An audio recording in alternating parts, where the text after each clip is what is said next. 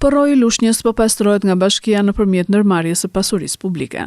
Kryetarja e bashkisë Eriselta Sefa tregon se puna për pastrimin e shtratit të porroit prej 2 kilometër ka filluar prej disa ditësh.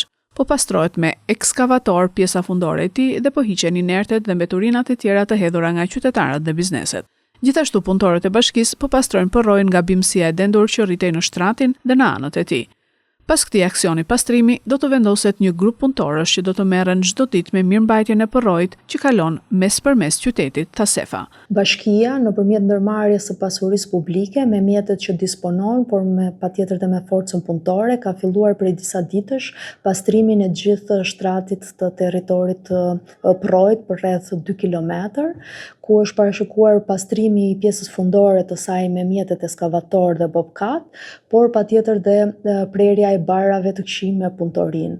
Nga ana e bashkisë dhe ndërmarrjes do të vendoset një grup specifik punëtorësh, i cilët do të merren çdo ditë me mirëmbajtjen e saj, në mënyrë që kjo zonë shumë e rëndësishme për qytetarët e Lushnjës, e cila përdoret edhe për shëtitjet e pasditeve, të ketë atë pamjen e duhur të rikualifikimit urban.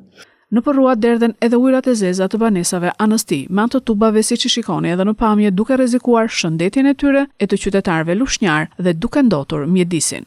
Kujtojmë që porroi i Lushnjës, projekti më i rëndësishëm për qytetin, nuk është marrë në dorëzim nga Bashkia e Lushnjës për shkak të punimeve të dobta nga firma që i kreu ato.